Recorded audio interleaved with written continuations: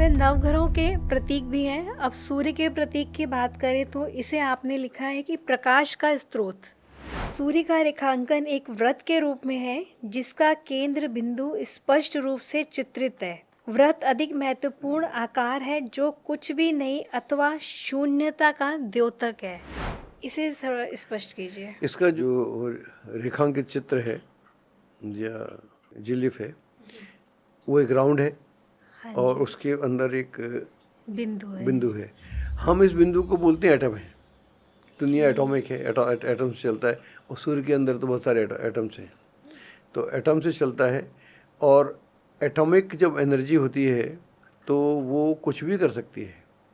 जी हाँ। अभी मैं क्वांटम थ्योरी के बारे में पढ़ने की कोशिश कर रहा था।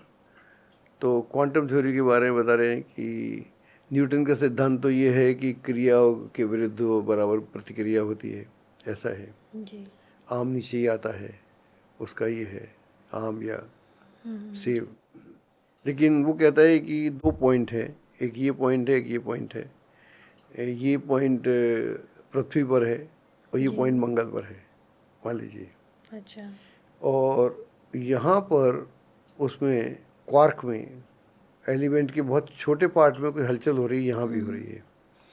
तो हलचल कहीं पर भी हो सकती है।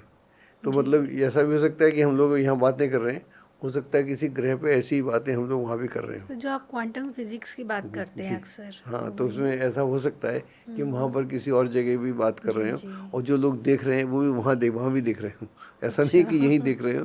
तो ये सारा, तो ये जब हम बात करते हैं, एटॉमिक की बात करते हैं और जिस सूर्य के कारण ये सारा हो रहा है, जी। तो इसलिए हमने उसको बोला। उसके बाद एटॉमिक एनर्जी है, उसका स्रोत है और वो दुनिया को चलाता है, प्रकाश देता है और जीवन की यात्रा और जीवन का शुभारंभ और जीवन का अंत सूर्य की देखरेख में होता है।